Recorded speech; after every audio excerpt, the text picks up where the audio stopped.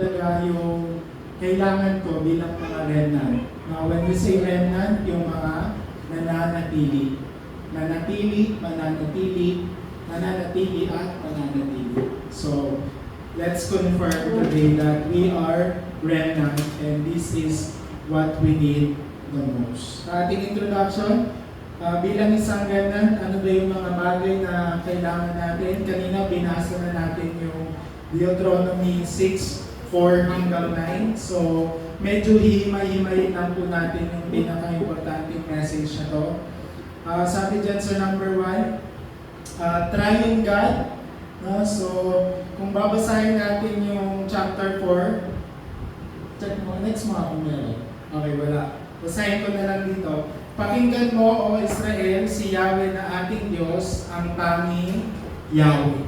Ayan, nandyan siya sa may baba ng number 1. Yung about sa Triune God. So, anong ibig sabihin ng Hear all Israel? Kung mga dinggin mo kami, Israel. Ito po'y pahayag ni Moises.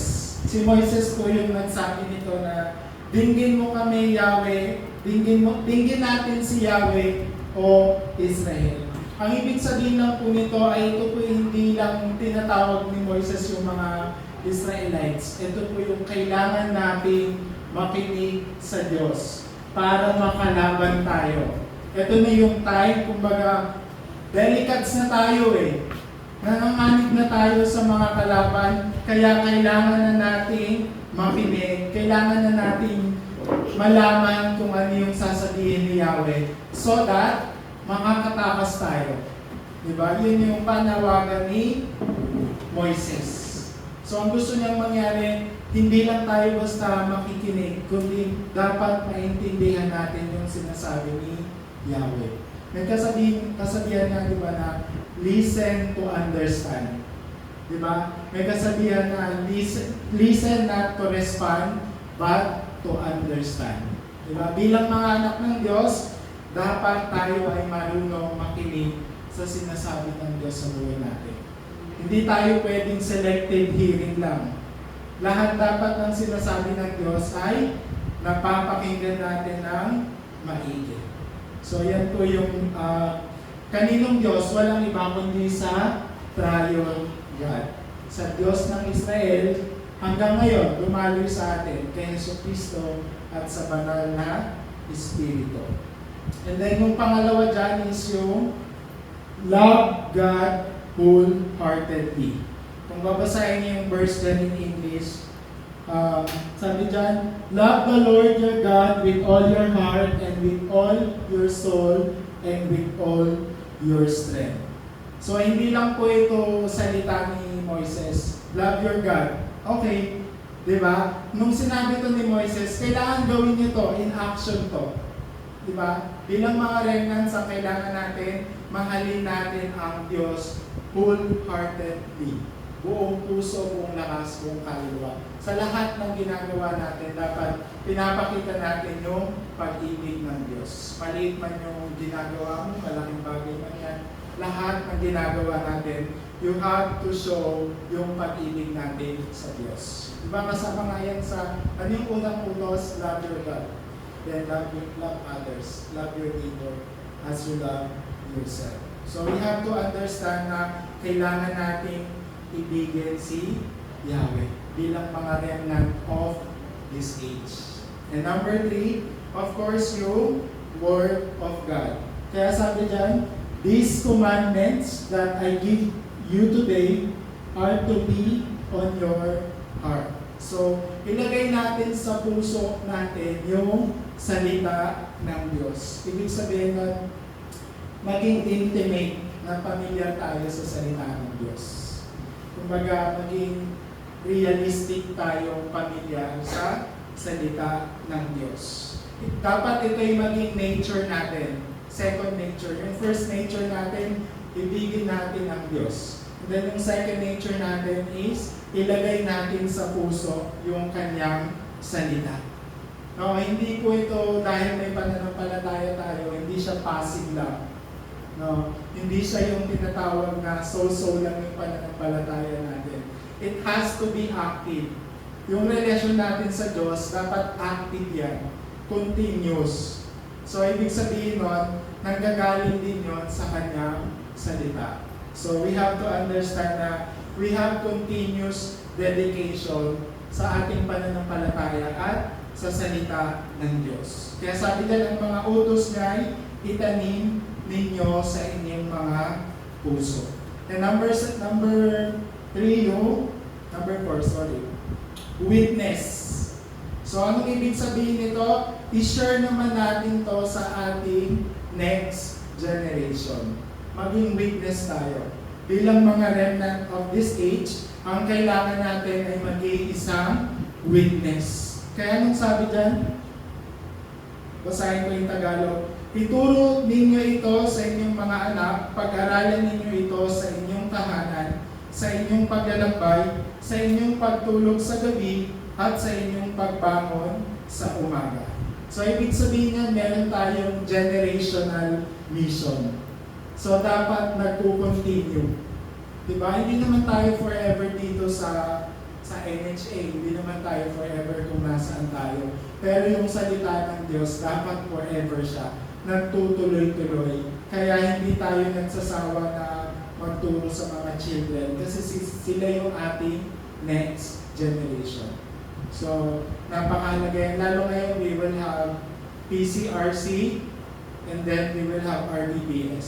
So, ano yung goal nito? Wala naman tayong ibang goal kundi i-continue yung salita ng Diyos sa mga kabataan. Diba? And number 5, bilang mga guideposts. Anong ibig sabihin yan? Yung faith natin, dapat nakikita to sa lahat ng aspeto ng ginagawa natin. Sa galaw natin, sa behavior natin, yung pananampalataya natin, dapat yan ay nagre-reflect. So that masasabi ng mga tao na ito is guidepost to. Diba yung signpost or guidepost, there is always direction. So, pag pinapamuhay natin yung pananampalataya natin, we are giving direction sa ibang tao. We are giving the correct covenant, the correct information sa ibang tao. Kaya we are called to be a guidepost. Kaya anong sabi diyan? Ipulupot ninyo ito sa inyong mga kamay bilang tanda, itali sa inyong noo, isulat sa mga hamba ng pintuan ng inyong bahay at tarangkahan. Diba? So there is always a guidepost. And sa ating main message, ano pa yung kailangan natin bilang mga remnant of this age? Sabi dyan yung God sovereignty. Sa Exodus 3:18, let's read ng sabay-sabay. So, papakinggan ka ng aking bayan pagkatapos isama mo ang mga pinuno ng Israel at pumunta kayo sa Paraon. Sabihin mong si Yahweh ang Diyos ng Hebreo ay nagpakita sa inyo at kayo'y maglalakbay ng 3 araw papunta sa ilang upang maghando sa akin. So, itong nangyari sa Israelites nung nakatakas sila sa kanilang mga kalaban, nung tawag doon na hati yung dagat, diba? Ito lang yung pagpapatunay na yung plano ng Diyos ay kaya niyang gawin. Yung pangako ng Diyos kila Moises, naging sigurado si Moises, okay, kaya tong gawin ni Yahweh. Diba? Kaya-kayang gawin ni Yahweh yung kanyang pangako na tayo ay magtatagumpay sa ating mga kalaban. Ano pa? Anong sabi diyan? Kahit yung matatanda, kasi that time, naku-question pa si Moises na susunod ba kami dito? Susunod ba kami dito? May mga nagkakaroon ng disbelief yung ibang Israelite sa kanya. So, kaya ang pangako sa kanya ni Yahweh, kahit yung matatanda, makikinig sa'yo. Yung mga elders, makikinig sa'yo. Basta, ito yung gagawin mo. Diba? So, anong ginawa ng Diyos? Hinanda ng Diyos yung puso ng mga elders so that maniniwala sila kay Moises. So, ganun din po sa atin. Ipe-prepare din ng Diyos, even yung mga elders, yung mga high position, kayang-kaya rin makinig sa atin. Basta pangahawakan natin yung pangako ng Diyos. Gawin na, i-imprint natin yung covenant of God. And ano pa? Sa Exodus 5:12, yung pananampalataya. Ayan. So, yung faith that can overcome darkness or evil. So, nung time na to, si Moises ay pumunta kay Parao para iparating yung sasabihin niya. Ito yung sinasabi ni Yahweh. So, si Parao, ito yung nag-i-indicate na siya yung parang devil dito. Hindi ko kayo hahayaan mag-worship. Kasi ang alam ng mga tao, ako dapat yung kanilang sinasamba. So, kaya naging simple lang yung sinabi ni Moises sa kanila. Anong sabi ni Moises dyan? Exodus 5:1 hanggang 2. Ipinapasabi ni Yahweh, ang Diyos ng Israel, na payagan ninyong pumunta sa ilang ang kanyang bayang Israel upang magpista bilang parangal sa Diyos. Diba? Let my people go that they may celebrate a feast to me in the wilderness. So hindi si Moises nagpatinag sa highest position. Kahit ano pang pananakot ni Parao. Hindi, pahihirapan ko yung Israel, bibigyan ko kayo ng mas maraming trabaho. So hindi pa rin natakot si Moises kasi meron siyang pananampalataya. And number 3, yung Red Sea crossing. So anong ibig sabihin ng Red Sea crossing? That God can work even in the hardest situation. Diba yung nakatawid na sila doon sa dagat ng Red Sea. God can do impossible thing. Yung mga absolute impossible, kaya niyang gawing possible. Anong sabi ni Moises dyan? Sumagot si Moises, lakasan ninyo ang inyong loob, huwag kayong matakot. Tignan na lang ninyo kung paano kayo ililigtas ngayon ni Yahweh. Hindi na ninyo muling makikita ang mga Egyptian yan. Ipagtatanggol kayo ni Yahweh, pumanatag lamang kayo. Sinabi ni Yahweh kay Moises, bakit mo ako tinatawag? Palakarin mo ang mga Israelita. Itapat mo sa ibabaw ng dagat ang iyong tungkod, mahati ang tubig at matutuyo ang lakaran ninyo. So, ibig sabihin lang po nun, kahit po sa atin, hindi naman pinangako ni Kristo na aalisin niya yung mga kahirapan, aalisin niya yung mga persecution, gagawin niya tayong parang trouble-free life or yung free lang tayo, walang trouble. Hindi niya naman yung sinabi. Pero ang sabi niya, kahit hindi mo maaalis tong mga persecution, kaya mo namang gawin yung dapat mong gawin. Ang ibig sabihin, yung reaction mo doon sa persecution, sa problema, yun yung importante. Diba? Kaya lagi nating naririnig, don't worry, trust God. Diba? So, pagdating ng problema ng persecution, ang gagawin mo lang is panghawakan mo yung pangako ng Diyos. And then don't worry, trust God, then pray. And then you're all set. Diba? Okay ka na. So, importante na kagaya ni Moises, naniwala siya na kaya silang ipagtanggol ni Yahweh. So, possible po yun sa atin, 100%. Na huwag lang tayong magkaroon lagi ng incorrect thoughts, incorrect thinking. Yun minsan yung nagiging problema eh. Nagkakaroon tayo ng mga incorrect imprint, incorrect nature. So, ang nangyayari, incorrect fruits. Yung result, nagiging incorrect na din. So, yung mga hardship, kasama yan sa work of God. Kagaya ng nangyari kay Moises. For us, problem is not a problem. So, laging gano'n. Hanggang lumaki tayo, hanggang tumanda tayo, hanggang huli na tayo ni Lord, problem is not a problem. Parang si Joseph, kung naalala niyo, di ba? Binenta siya bilang isang alipin. Naiyak ba siya? Hindi. Nag-enjoy pa nga siya. Di ba? Happy pa siya na binenta siya bilang alipin. Ano nangyari? Naakusahan siya ng hindi naman niya kasalanan. Na-accuse siya. Okay lang siya. Hindi naman siya nalungkot. Masaya naman siya. Happy pa rin. Di ba? Nakulong siya.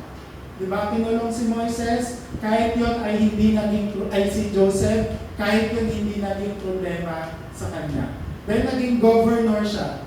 Yung naging governor na si Joseph, para sa kanya hindi pa yun yung success. Ay, hindi naman ito yung totoong success. Di ba? Yung para kay Joseph, yung pinaka naging success sa kanya is yung tinatawag nating world evangelization. Ibig sabihin nun, yung problem, yung hardship, yung situation, na-connect niya sa world evangelization, hindi dun sa naging position niya bilang isang governor. So sa atin din, yung true success natin is yung success natin that is connected or that is synced sa world evangelization. Yun yung totoong success. And ano yung nangyari? Nagkaroon sila ng tinatawag na peace. So ano ibig sabihin ng tatlong peace? Yung una dyan is yung nagkaroon ng parang sa atin fiesta na yung mga tinapay, walang kahit anong levadura or kahit anong sahog or kahit anong ingredients. So anong ginagawa nila dyan? Naniniwala kasi sila na sila ay pinalaya ng Diyos at palalayain ng Diyos na parang may sustenance. Itutuloy ng Diyos yung ginawa ng Diyos sa kanila. And nagkaroon din sila ng peace of the harvest. So ang ginagawa naman nila doon is nagpapasalamat sila sa Diyos at yung unang ani ng kanilang mga tanim, inaalay nila para sa Diyos. Yung mga ganun. And nagkaroon din sila ng peace of ingathering. So ibig sabihin lang noon, naniniwala sila na sila ay patuloy na poprotektahan ni Yahweh. Poprotektahan ng Diyos. Ibig sabihin lang noon, naniniwala sila na ang Diyos ay present palagi sa buhay nila. Hindi absent. Diba? Tingin ko hindi present ang Diyos ngayong araw na ito. Hindi gano'n. Araw-araw, naniniwala sila na ang Diyos ay present. Complete attendance sa buhay nila. Amen? Amen. So let's proceed po with number 2, yung about naman kay Joshua. So sobrang familiar tayo dito kay Joshua, no? Kasi dito talaga nasasabi yung salitang do not fear, be strong and courageous. Diba? Nabanggit ko, babasahin yung Bible, 365 nabanggit yung be strong and courageous. And we have 365 days sa isang taon. So araw-araw tayo dapat maging be strong and courageous. So wala kang palusot kasi covered ka for whole year. So, pero kay Joshua, sa isang verse pa lang, sa isang chapter pa lang, 7 times na nasabi sa kanya na be strong. Bakit? Kasi namatay na si Moises eh. Siya na yung susunod. Paano ko ha-handle tong mga tao na to? Paano ko sila tuturuan na ito yung gagawin nila? Diba? So kaya, ang pangako sa kanya ng Diyos, do not fear, be strong. Diba? Let's himay-himayin po natin yung Joshua 1:3, ayan, sa economy of light. So, ginawa ng Diyos kay Joshua, huwag kang mag-alala, ako yung bahala sa'yo. Ako yung magpapagawa nito, ako din yung magsusupply sa'yo ng lahat na kailangan mo. Ang gagawin mo lang, you need to step out. Magsimula ka na, you need to step out. Kaya mong gawin yung sa tingin mo ay impossible, kaya natin gawin yung possible. Basta maniwala ka lang, and you have to step out. So ano pa? Ibig sabihin, whenever guide, kung saan ka dadali ng Diyos, sasamahan ka niya at ibibigay niya lahat ng kailangan mo. Ano ba yung mga normal na kailangan natin? Diba? Yung skills, yung strength, yung pera, anything na kailangan natin, kayang-kayang ibigay ng Diyos. Kaya anong sabi dyan? Gaya ng aking sinabi kay Moises, ibibigay ko sa inyo ang lahat ng lupain inyong mararating. So, binigyan din sila ng tinatawag na endurance so they can survive. Diba? Yung mga nagraraning, diba? Or yung mga umakit sa bundok, kailangan matindi yung endurance. Diba? Ako po yung dati nagbubundok nung may pera pa. Joke na. Nagbubundok po ako, tapos yung Mount Pulag kasi is third highest peak in the Philippines. So, bago mo yun akyatin, kailangan may medical ka. You have to show them na you are capable or kaya ng katawan mo na umakyat sa bundok na yun. Bukod sa malamig, mataas. So, pwede ka kasi mahimatay doon, then matagal yung rescue. So, ganun din.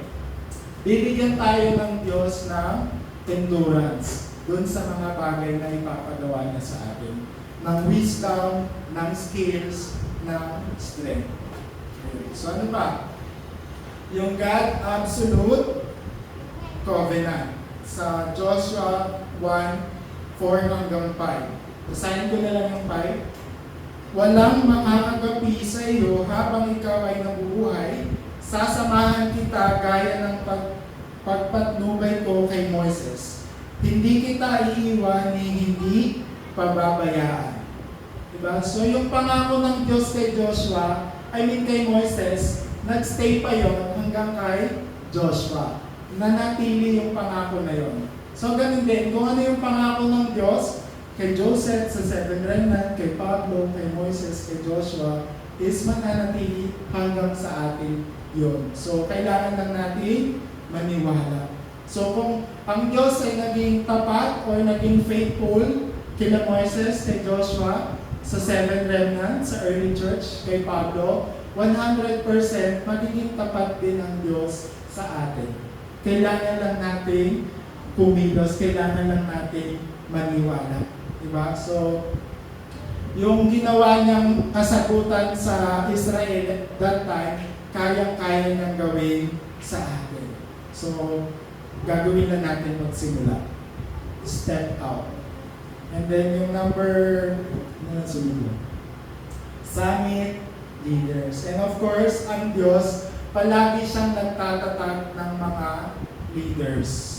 Kahit saan siya, kahit anong ipagawa niya, naghahanda siya ng mga tao na magiging leaders. Let's say, si Moises namatay, pumalit si Joshua. Nung si Joshua na may tumulong sa kanya, si Caleb. So talagang nagtutuloy-tuloy yung gawain ng Diyos. Kasi kailangan ng leader para magawa yung mga bagay na gusto ng Diyos. Ano ba? Kasi technically kaya namang gawin ng Diyos na anihin lang sila eh. Sige, bibigay ko na sa inyo yung Kanaan. Diba? Pwede naman yun eh. Pero gusto kasi ipakita ng Diyos na lagi siyang pumipili ng tao para gawin yung kanyang purpose. Lagi siyang naghahanap ng isang leader para gawin yung gusto niya ipagawa. Diba? So yung mga leaders, sila yung palagi nag-step out. Diba minsan, na-experience yun na sa school, maraming mga groupings, diba? Sabihan mo, parang puro na lang sayaw eh. Diba? Yung mga tinuturuan ko dun, may sayaw po kami, may sayaw po kami. Hindi na natapos yung sayaw. Diba? Pero, importante yung leaders, hindi sila nag-aalala kung magaling yung leader nila, kung yung leader nila may talent sa sayaw. Hindi sila nag-aalala kasi kampante sila eh, na may nag-guide sa kanila bilang isang leader. Kasi ang leader, courageous, dapat matapang. So, ganun din po.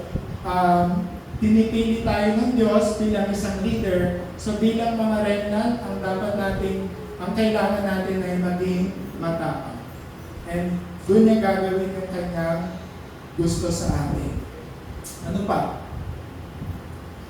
Kaya nung sabi dyan, magpakatatag ka at lakasan mo ang iyong loob, sapagkat ikaw ang mamumuno sa bayan ito, pagsakop nila sa lupain, ibibigay ko sa kanila, ayon sa aking pangako sa iyong mga ninuno. Diba? So, sabi ng Diyos, ikaw yung leader na itatatag ko, so be strong and courageous. And next yung God's word is the path of victory.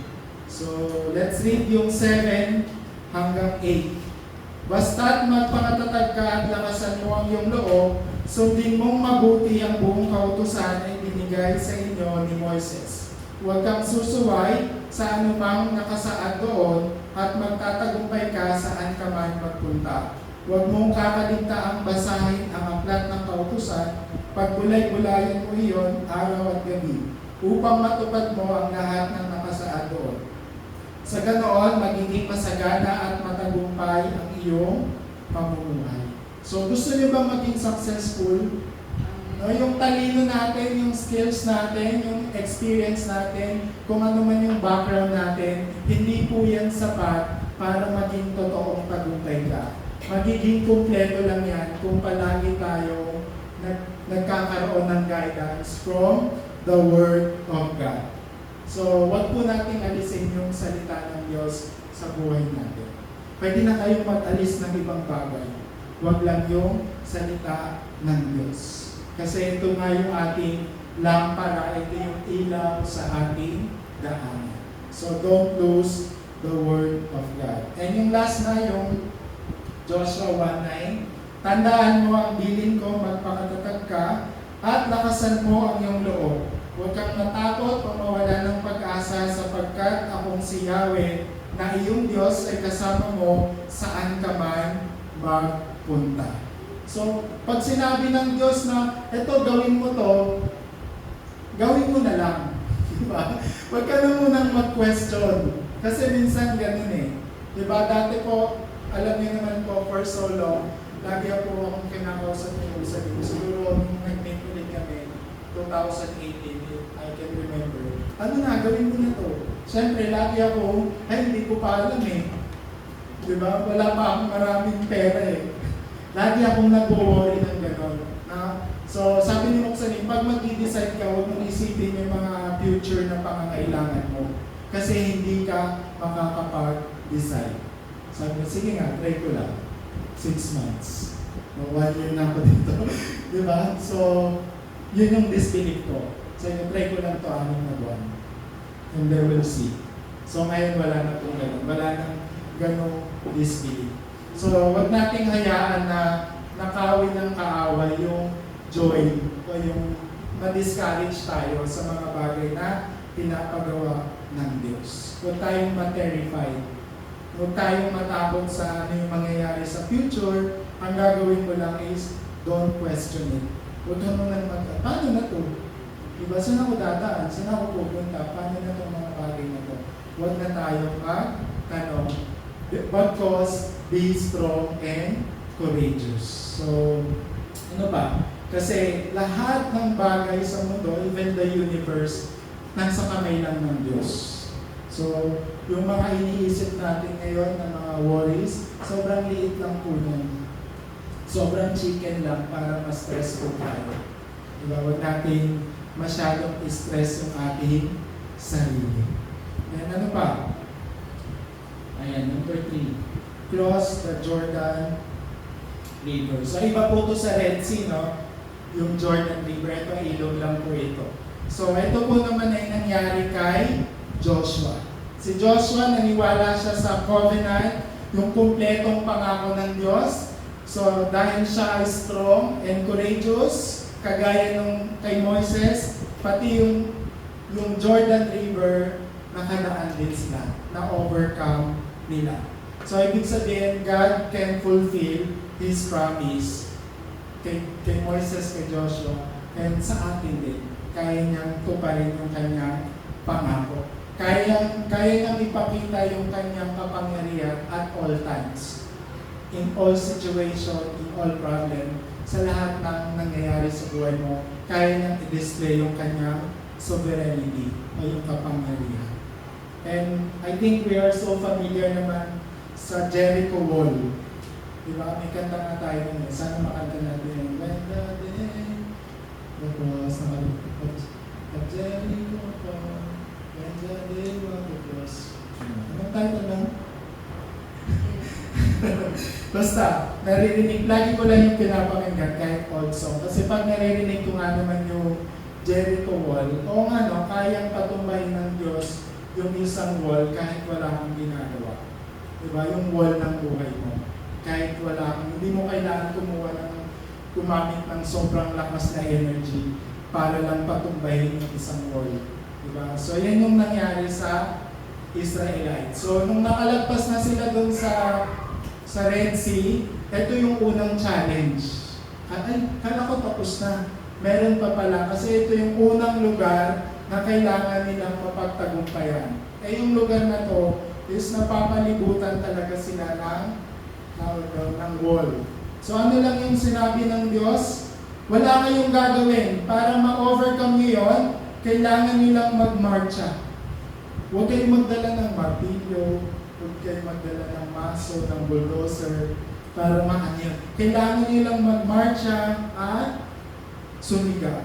And dahil doon, yung power of God na demonstrate sa wall of Jericho. So for sure, may kanya-kanya tayong Jericho wall sa buhay natin. No? Patumbahin na yan. No? Patumbahin na yan. Wala tayong gagawin. Hindi mo kailangan magalit. Hindi mo kailangan mag-complain, magreklamo, magmukmok. Ang gagawin mo lang is manalangin. So that pwede natin patumbahin ng mga Jericho wall niya. So, yun yung kayang gawin ng Diyos. He can demonstrate His power sa lahat ng klase ng wall. Amen. And yung last, yung about sa Anakites, I'm not so familiar about it, pero ito po yung mga tao na natalo din nila. Nung sinabi ng Diyos na ni Joshua na tawag, puntahan nyo muna yung lugar, baka kasi delikado tayo dyan. No? Check nyo muna kung kaya natin silang talunin. Nung tinignan nila yung lugar, ay mukhang delikado tayo.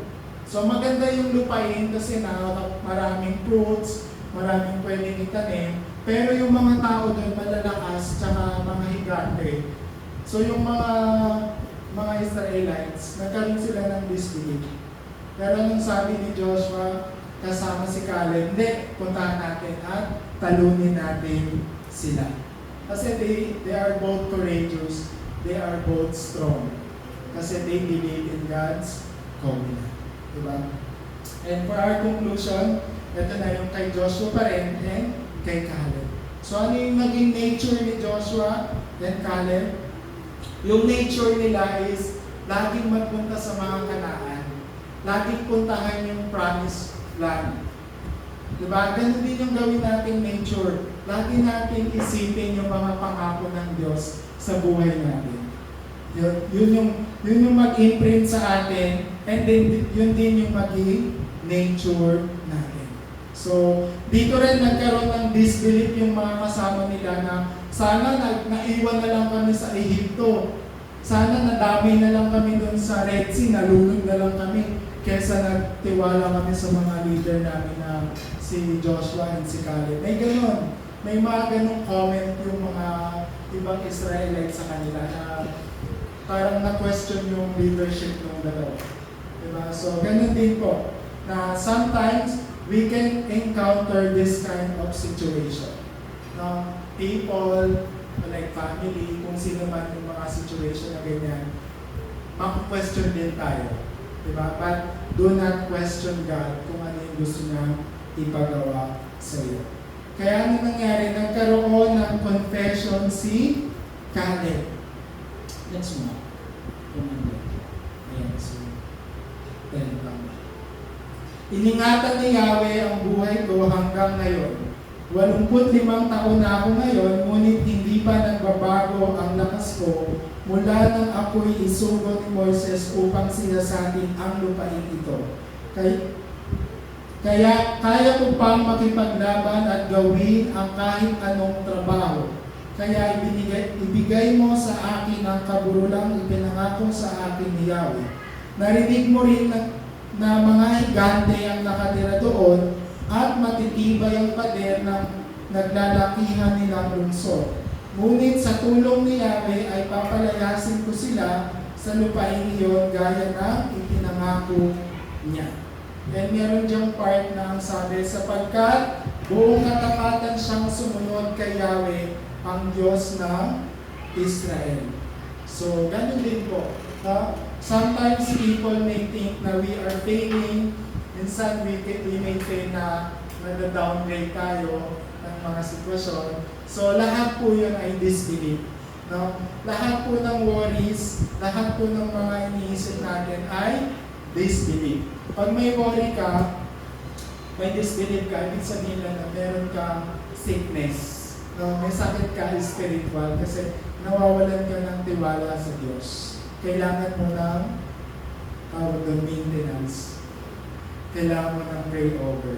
Mga ganun. So, yung pag-iisip ng negative, minsan di ba nagiging negative tayo, kahit di naman negative yung nag-overthink tayo sa mga bagay-bagay. So, huwag ganun. Walang ganun. Now, sa mga anak ng Diyos, walang ganun. Panghawakan lang natin yung kanyang covenant.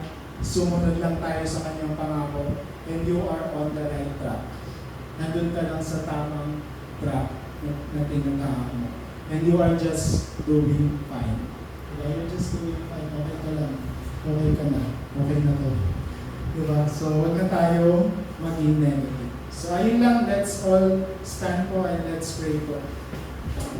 So, let's pray na let's pray na kagaya nila Moises.